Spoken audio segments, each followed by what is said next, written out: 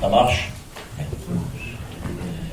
Alors je vous propose, comme il a été annoncé, tout au long de cette retraite, de regarder vers celui qui a été transpercé, de regarder vers celui que nous avons transpercé, vers le crucifié.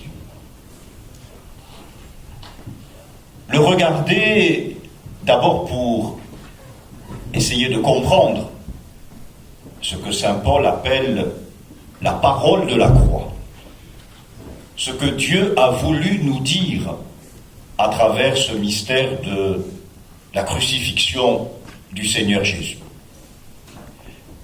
Et le contempler pour ensuite intégrer dans notre propre vie ce mystère de la croix, inséparable bien sûr de la résurrection. Regardez le crucifié. Voici ce qui m'arriva. C'est sainte Thérèse d'Avila qui parle. Entrant un jour dans l'oratoire, je vois une statue que l'on s'était procurée pour une fête. Elle représentait le Christ tout couvert de plaies. La dévotion qu'elle inspirait fut si grande qu'en l'en voyant, je me sentis complètement bouleversé, tant elle rappelait ce que le Seigneur avait enduré pour nous. Une telle douleur s'empara de moi en considérant combien j'avais mal répondu à l'amour que supposaient de telles plaies, que mon cœur semblait se briser. Dans l'autobiographie. Alors bien sûr, la vue tout extérieure d'une image, si expressive soit-elle, n'a jamais suffi à provoquer par elle-même une conversion intérieure. Ça se saurait. Mais cette vue a causé un tel bouleversement en Thérèse d'Avila en raison d'une action concomitante, tout intérieure, de la grâce. Une action de la grâce qui a pris appui sur cette image et qui a fait porter à cette image un fruit de conversion. En effet, et c'est ce que je vais essayer de développer tout au long de cette retraite, l'évocation de la passion du Christ, qu'elle soit à travers la lecture, à travers une représentation picturale, l'évocation de la passion du Christ est le moyen privilégié par lequel passe l'action de la grâce. Pourquoi ? Parce que la passion donne à voir l'amour du Christ. Sainte Thérèse dit « l'amour que supposaient de telles plaies ». On peut dire que la passion est comme le sacrement de l'amour du Christ, son signe visible. Elle est la plus haute expression de cet amour, là où cet amour atteint son paroxysme.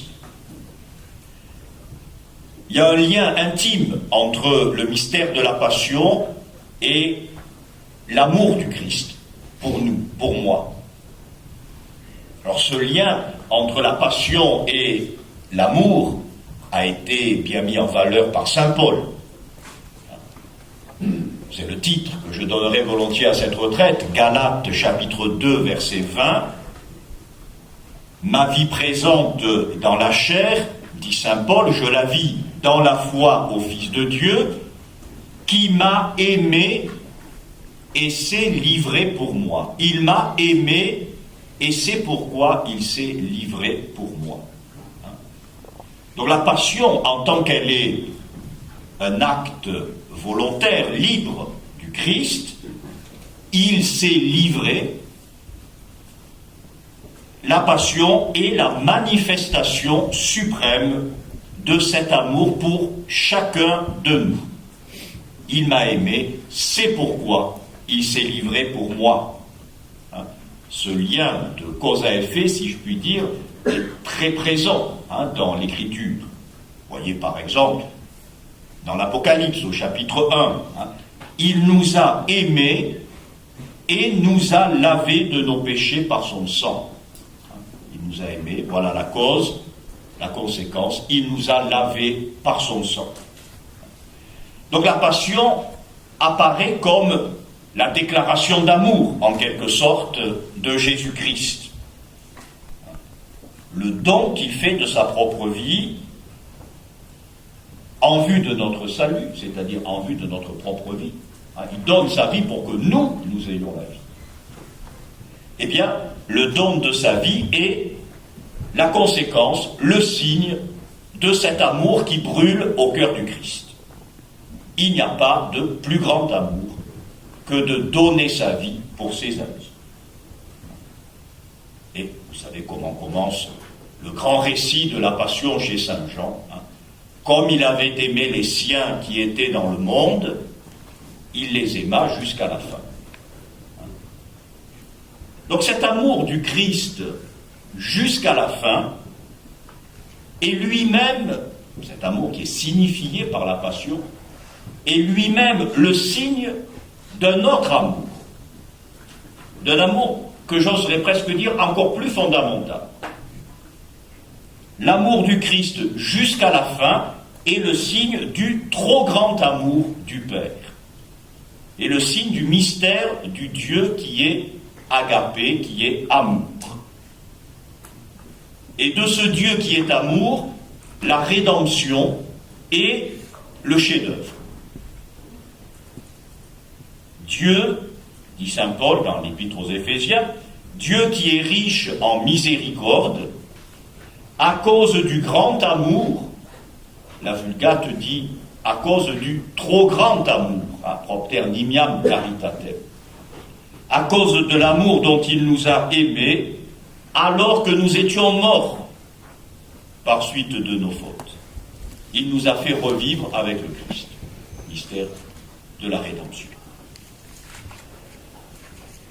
L'amour qui se manifeste dans la Passion, et qui sera au centre de notre contemplation, cet amour est en effet un amour rédempteur. Puisque son effet, l'amour produit quelque chose, l'amour transforme la réalité. L'effet de la Passion, c'est de nous arracher à la spirale de la mort, pour nous introduire dans la vie, la vraie. Il n'est pas bon que l'homme soit seul, disait la Genèse. Nous avons besoin d'aide pour vivre une vie pleinement humaine, pour partager les joies, les difficultés de l'existence. Nous avons besoin d'alliés. Alors, il y a différentes sortes d'alliances. L'alliance du mariage, l'alliance de la famille, l'alliance de l'amitié, de la fraternité sacerdotale. Et chez les Hébreux, vous le savez, un proche parent avait une mission qu'on pourrait dire de protection rapprochée vis-à-vis des blessés de la vie, comme on dirait aujourd'hui, de ceux qui dans la famille claudiquaient un petit peu.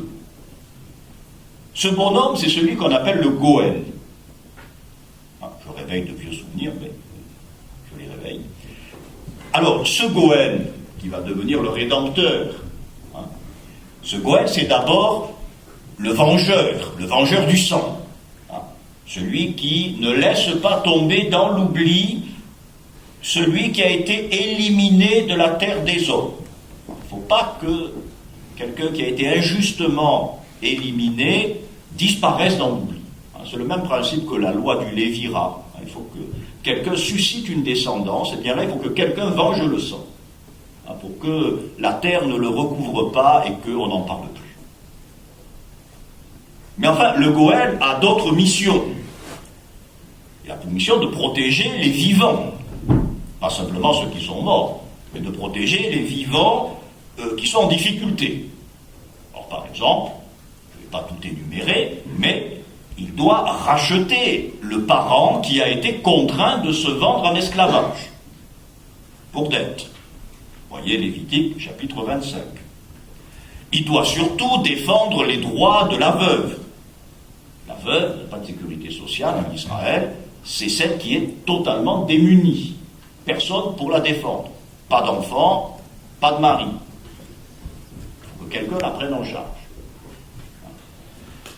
Eh bien, ce que l'Écriture nous enseigne, c'est que Dieu, par pure grâce, s'est fait le Goël d'Israël. Il s'est fait le Rédempteur d'Israël. Il s'est fait son allié. Ah, l'affirmation est très forte, surtout dans le second Isaïe. Ah, Dieu s'engage à libérer son peuple, à le libérer de l'épreuve fondamentale, l'exil qui est la mort. L'exil, c'est la mort pour un peuple. C'est moi qui te viens en aide. Ton Rédempteur, ton Goël, c'est le Saint d'Israël. Répète, martèle Dieu à cette époque. Donc Dieu est celui qui sauve Israël, celui qui le tire des situations les plus compromises. Je cite par exemple Jérémie, chapitre 50. Les enfants d'Israël sont opprimés. Tous ceux qui les ont fait captifs les tiennent bien. Ils refusent de les lâcher. Mais leur Rédempteur est puissant. Le Seigneur Sabaoth est son nom. Il va prendre en main leur cause. C'est ça un Rédempteur. Et nous aussi, nous sommes captifs de tas de choses. Nous sommes ligotés par nos peurs, paralysés par manque de foi quelquefois. Et puis, il faut bien le dire, parfois aussi englués dans notre médiocrité ou dans nos péchés. Esclaves de Satan, qui est l'auteur du péché. Alors, qui nous libérera? Qui va nous arracher à cette spirale qui risque toujours de nous engloutir? Donc l'amour de Dieu, l'amour du Dieu rédempteur, se manifeste au plus haut point dans le mystère de la rédemption. De sorte que la passion apparaît comme le résumé, le condensé, la synthèse de toute notre foi chrétienne. À la fois de la doctrine, puisqu'elle est révélation du vrai visage de Dieu, mais aussi résumé de la pratique chrétienne, de la vie chrétienne. Je vous lis un extrait d'un sermon de Bossuet. Ces textes vous seront distribués sous peu pour vous permettre de suivre. Le premier volet est toujours un peu plus difficile. Alors voilà ce que dit Bossuet. Toute la science du chrétien est renfermée dans la croix.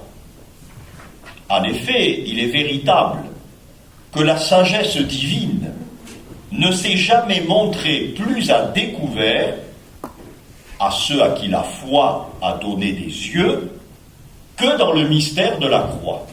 Donc, la croix comme révélation suprême de la sagesse de Dieu. C'est là, poursuit l'aigle de Meaux, c'est là que Jésus-Christ, étendant les bras, nous ouvre le livre sanglant dans lequel nous pouvons apprendre tout l'ordre des conseils de Dieu, toute l'économie du salut des hommes, la règle fixe et invariable pour former nos jugements. Donc ça, c'est l'aspect pratique. La direction sûre et infaillible pour conduire droitement nos mœurs. Enfin, un mystérieux abrégé de toute la doctrine de l'Évangile et de toute la théologie chrétienne. Comme prêtres, nous sommes plongés dans ce mystère de la rédemption, puisque nous en sommes non seulement les bénéficiaires, comme chrétiens, mais que par grâce, par vocation, nous en sommes aussi les ministres. Ministres du sang du Christ, disait sainte Catherine de Sienne aux prêtres. Vous êtes ministre du sang du Christ. Le sang du Christ, c'est l'amour du Christ manifesté dans sa passion. Mais il est clair que pour dispenser dignement ce mystère, il nous faut commencer par le vivre. La célébration de la messe, qui est précisément l'actualisation du mystère de la passion, de la croix et de la résurrection. La célébration de la messe, bien sûr, est au cœur de nos journées. Mais est-ce qu'elle est au cœur de notre vie? Est-ce qu'elle est le centre à partir duquel tout le reste prend sens et s'ordonne? Au jour de notre ordination, nous avons entendu l'évêque nous dire « Vivez ce que vous célébrez ». C'est le résumé de toute la spiritualité sacerdotale. Vivez ce que vous célébrez. Est-ce que nous le vivons? Attention au syndrome du sacristain blasé. Le syndrome du sacristain blasé qui, à force de vivre au milieu des choses saintes, en vient à les gérer comme l'épicier ses marchandises. De fait, notre vie sacerdotale n'échappe pas à la terrible deuxième loi de la thermodynamique, la loi de l'entropie. Tout système isolé tend naturellement vers le désordre, vers le zéro. Sans apport extérieur d'énergie, un système se dégrade. C'est ce que disent les physiciens. Pour le dire de manière plus poétique, pour ceux qui auraient l'âme plus littéraire, un feu qu'on n'entretient pas s'éteint. Donc, une amitié qu'on n'entretient pas tourne à l'indifférence. On s'écrit un petit peu, puis après, le temps passe, on a d'autres choses à faire, et puis on s'aperçoit qu'on est devenus des étrangers. Et la vie, disent les biologistes, c'est une victoire permanente sur la mort, sur les agressions externes, sur toutes les forces de désagrégation qui ont tant de complices en nous. Bien, c'est un peu la même chose pour la vie chrétienne et pour la vie sacerdotale. Notre vie chrétienne, sacerdotale, se développe dans un air vicié. Cet air vicié, c'est ce qu'on appelle l'esprit du monde. C'est là-dedans qu'on vit, qu'on respire. Même les bons moines dans leur monastère, ils ne peuvent pas fermer hermétiquement. L'esprit du monde, il circule partout. Et cet esprit du monde, il est clair qu'il est l'ennemi mortel de ce qu'on appelle l'esprit de foi. L'esprit de foi, c'est de voir toute chose à la lumière de la parole de Dieu, à la lumière de ce que le Seigneur nous a enseigné. L'esprit du monde, c'est de voir toute chose, d'agir, de réagir, de penser en fonction de la chair. La chair au sens paulinien du terme, c'est-à-dire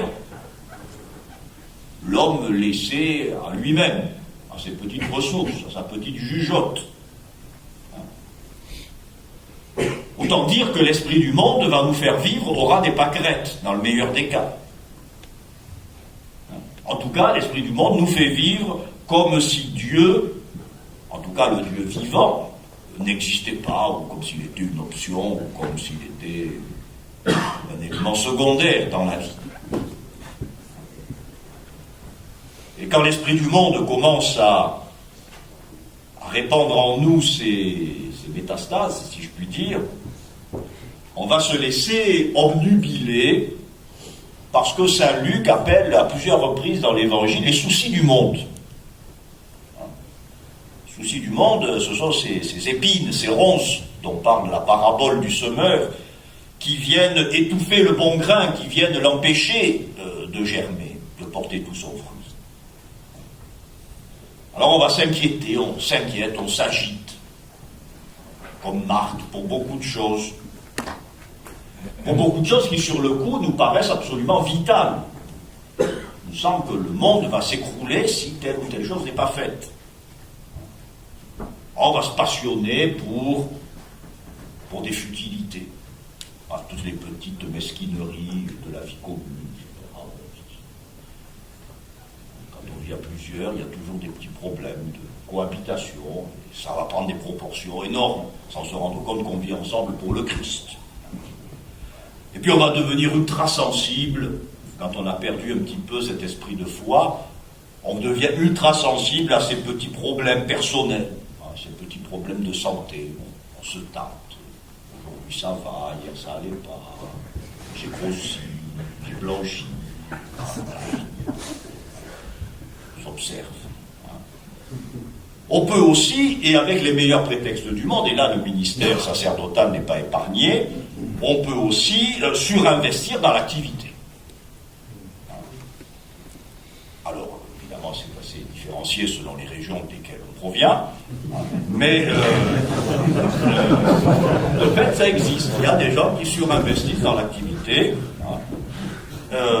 et le travail peut devenir une sorte de drogue. J'ai même appris que ça avait un nom. Ça s'appelle le workaholisme.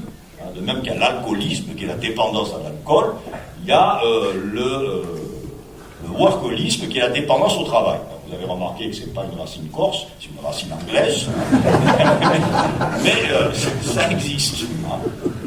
C'est-à-dire que on n'arrive plus à s'arrêter. On a l'impression qu'on n'existe que si on fait. On veut se prouver quelque chose en produisant beaucoup. Ça, c'est un signe que l'esprit du monde est en train de gagner. Ou alors, notre signe, c'est qu'on est obsédé par ce que les autres peuvent bien penser de nous. Qu'est-ce qu'on pense de moi dans ma paroisse? Qu'est-ce qu'on dit de moi? Qu'est-ce que pensent les confrères? Quelle image se font-ils de moi? Etc., etc. Bref, on pourrait multiplier les symptômes. Tout cela est le signe qu'on vit de plus en plus à la surface des choses et de moins en moins dans le secret, sous le regard du Père, comme Jésus nous y invite. Quoi qu'il en soit, si on laisse développer cet état d'esprit, sans reprendre les choses en main de manière un petit peu régulière, on se réveille un matin avec une impression assez pénible que le monde surnaturel, le monde de la foi, est devenu un monde assez lointain, assez virtuel. On a l'impression que notre vie nous échappe, qu'on est là, on fait des choses, on remplit des cases, mais on est là, on fonctionne. On ne vit plus comme prêtre, on fonctionne comme prêtre. On fonctionne, on devient, selon la triste expression triste de Reverman, des fonctionnaires de Dieu. Pourtant, le Seigneur Jésus nous a prévenus. C'est un texte sur lequel je reviendrai souvent. Veillez et priez pour ne pas entrer en tentation.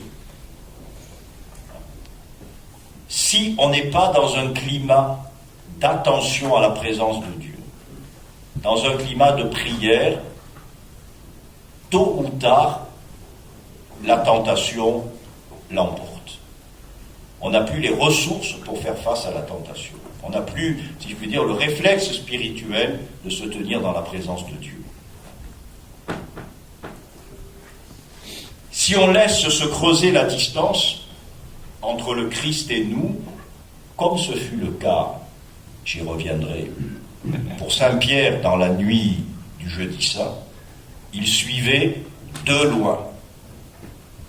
Et quand on suit de loin, on n'est pas loin de rebrousser chemin.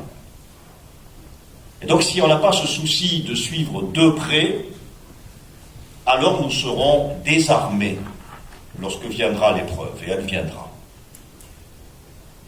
Il est donc vital de ranimer la flamme, de raviver l'intention surnaturelle qui doit informer toute notre action. Il ne s'agit pas de changer, on n'a pas à changer de vie. On a à rectifier l'intention profonde dans laquelle nous accomplissons les actes de notre ministère, la prédication, l'administration des sacrements, etc. Donc, il faut raviver l'intention surnaturelle, retrouver le goût, l'élan profond de notre vocation. Ne vous modelez pas sur le monde présent, dit saint Paul aux Romains, mais que le renouvellement de votre jugement vous transforme, c'est ça l'esprit de foi, c'est renouveler son jugement, afin que nous soyons transformés et que nous puissions discerner, je poursuis, quelle est la volonté de Dieu, ce qui est bon, ce qui lui plaît, ce qui est parfait. Donc, pour entretenir en nous cet esprit de foi qui est si nécessaire pour la vitalité de notre ministère, je vous propose, comme je le disais au tout début, de regarder le crucifié. Le regarder avec les yeux du cœur, afin de prendre conscience de cet amour dont nous sommes aimés, afin de nous laisser transformer par ce regard. Parce que, soyons clairs, la passion, ce n'est pas un spectacle. Un spectacle qu'on pourrait contempler de loin, derrière une vitre. La passion, c'est un spectacle interactif, si je puis dire. Nous sommes entraînés dans ce que nous contemplons. On ne peut pas rester sur la rive quand on contemple le mystère de la passion. On ne peut pas contempler la passion sans entrer activement dans ce mystère d'un amour qui se donne, sans faire de notre vie ce qu'elle doit être, à savoir une vivante offrande à la louange du Père. La première épître de Jean résume bien les choses, très clairement.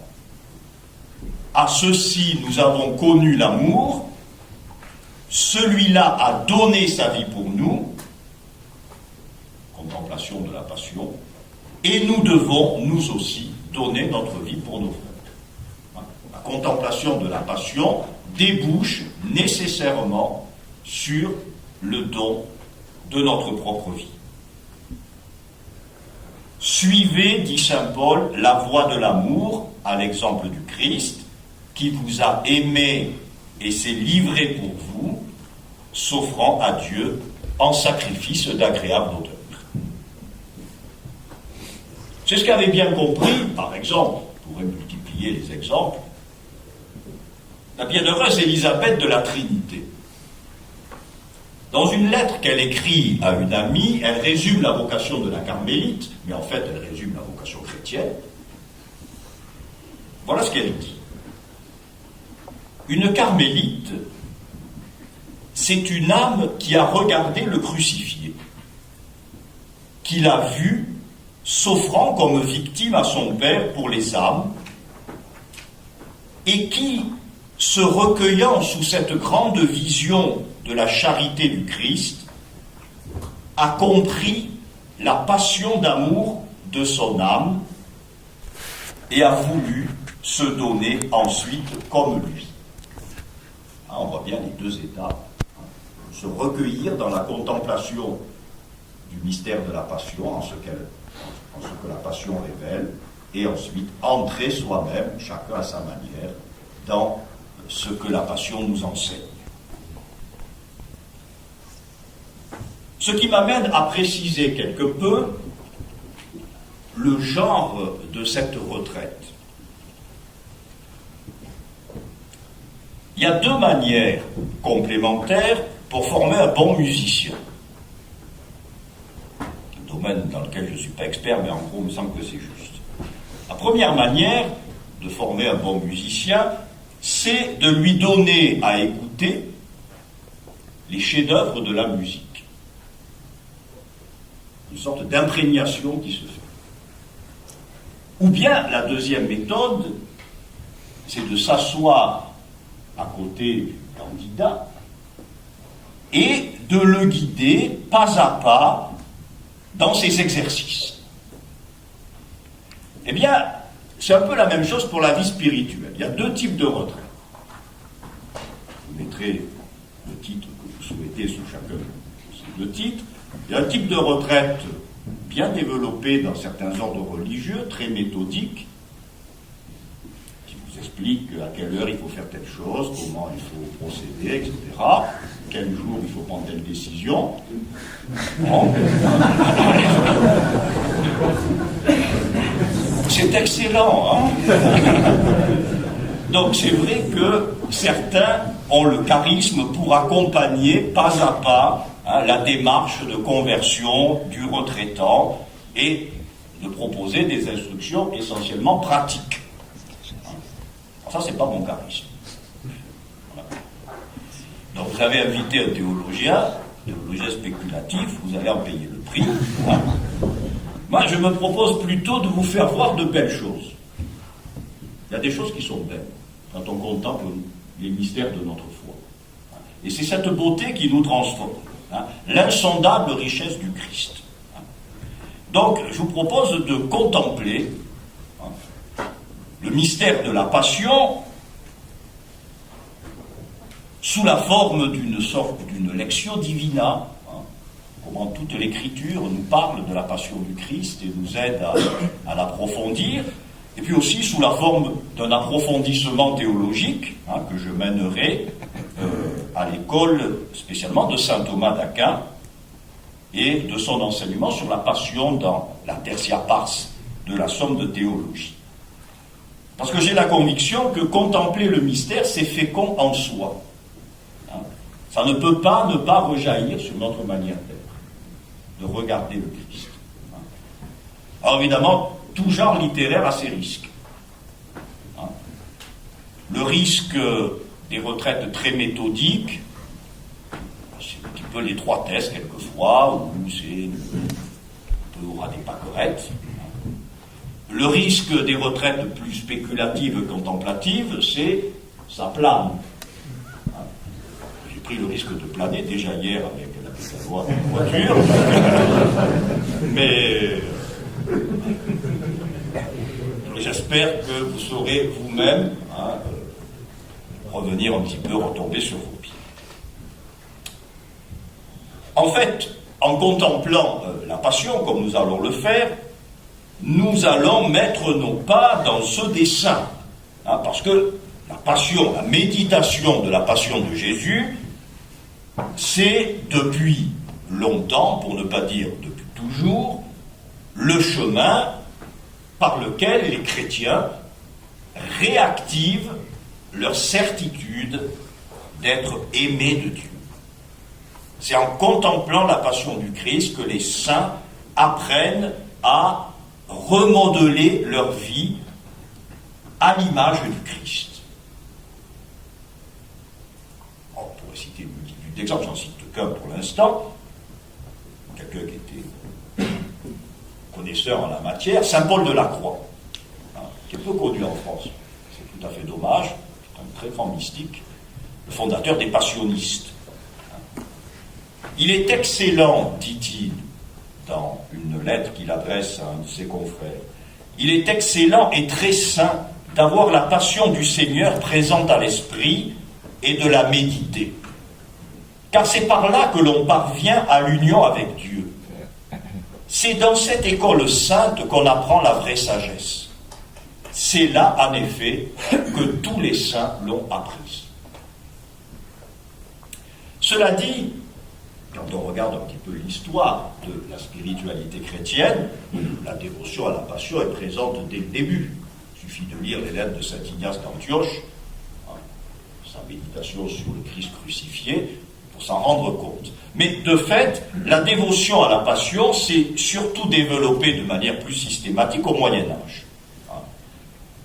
Elle correspond à l'attention plus grande que les chrétiens de cette époque ont portée à l'humanité concrète de Jésus et à l'imitation de Jésus en son humanité.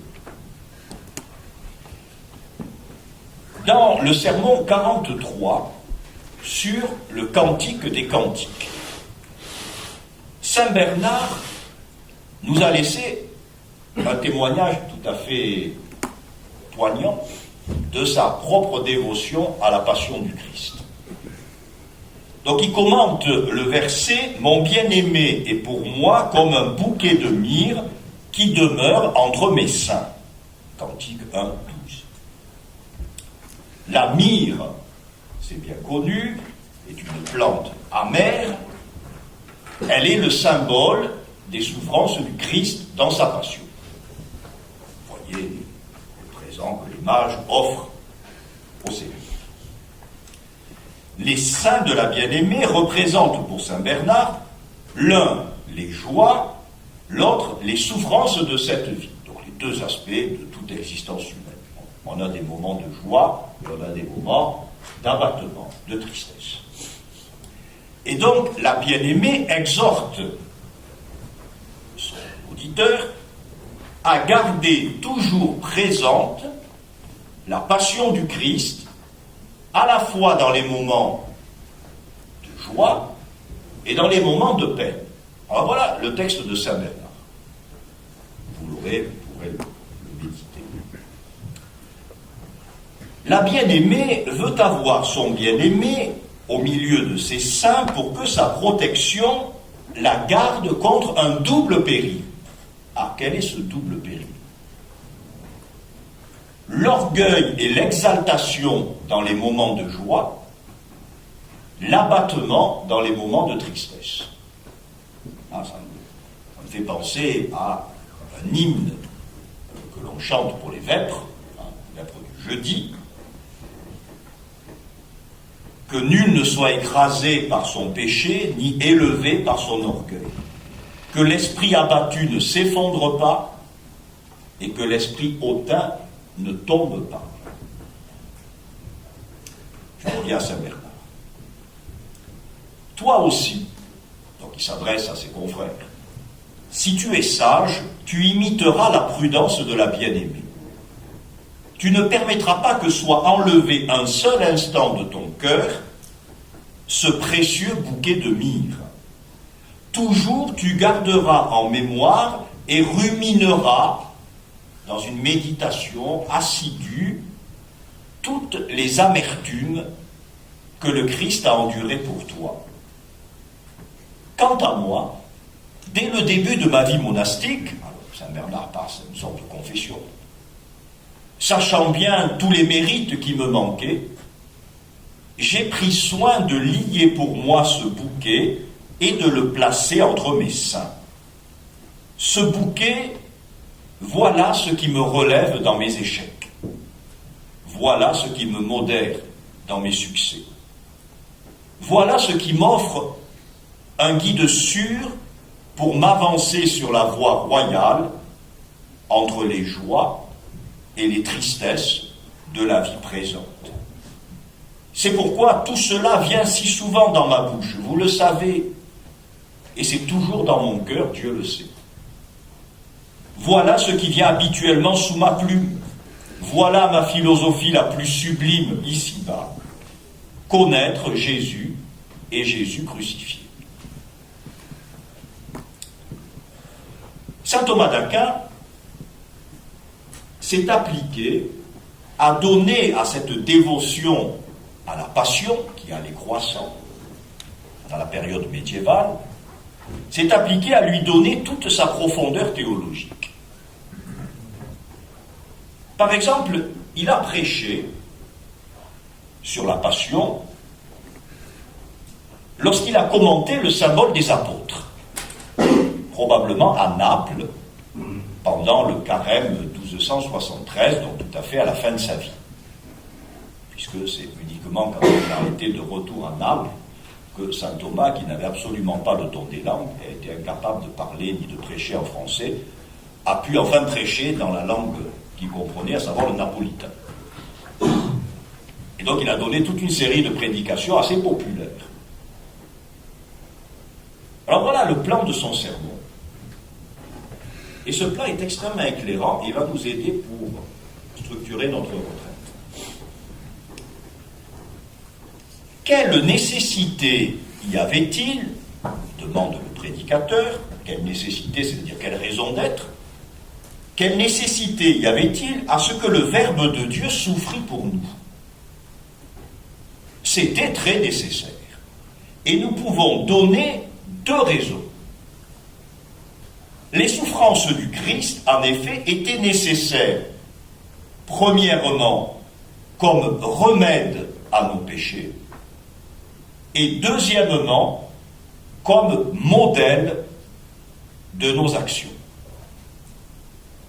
Donc, si vous voulez, saint Thomas présente la passion à la fois, pour prendre une image, comme l'opération chirurgicale, qui ne dépend pas de nous, et comme le régime post-opératoire, qui est nécessaire pour le plein rétablissement de la santé, et qui implique notre collaboration.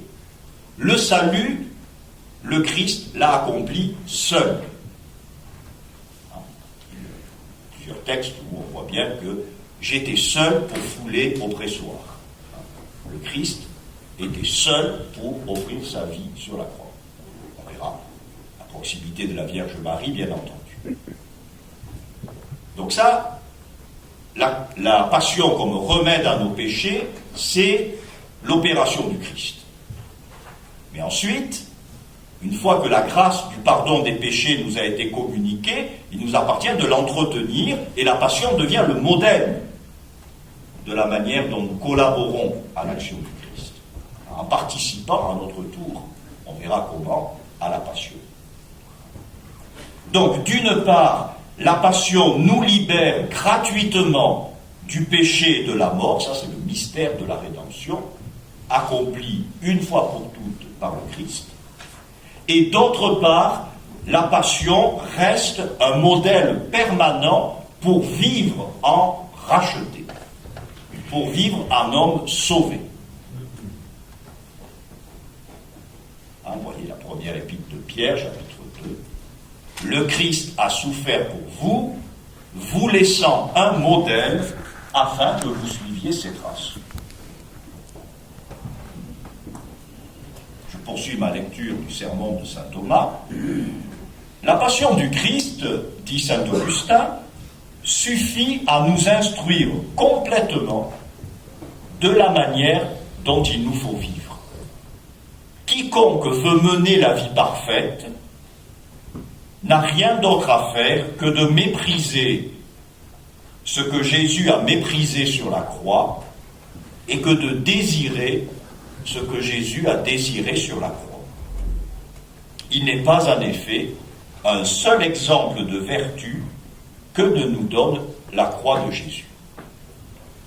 Et saint Thomas passe en revue les différents aspects, l'humilité, la patience, l'amour, etc. L'imitation de la passion du Christ, ou plutôt l'imitation du Christ en sa passion, devient un chemin très sûr vers la sainteté.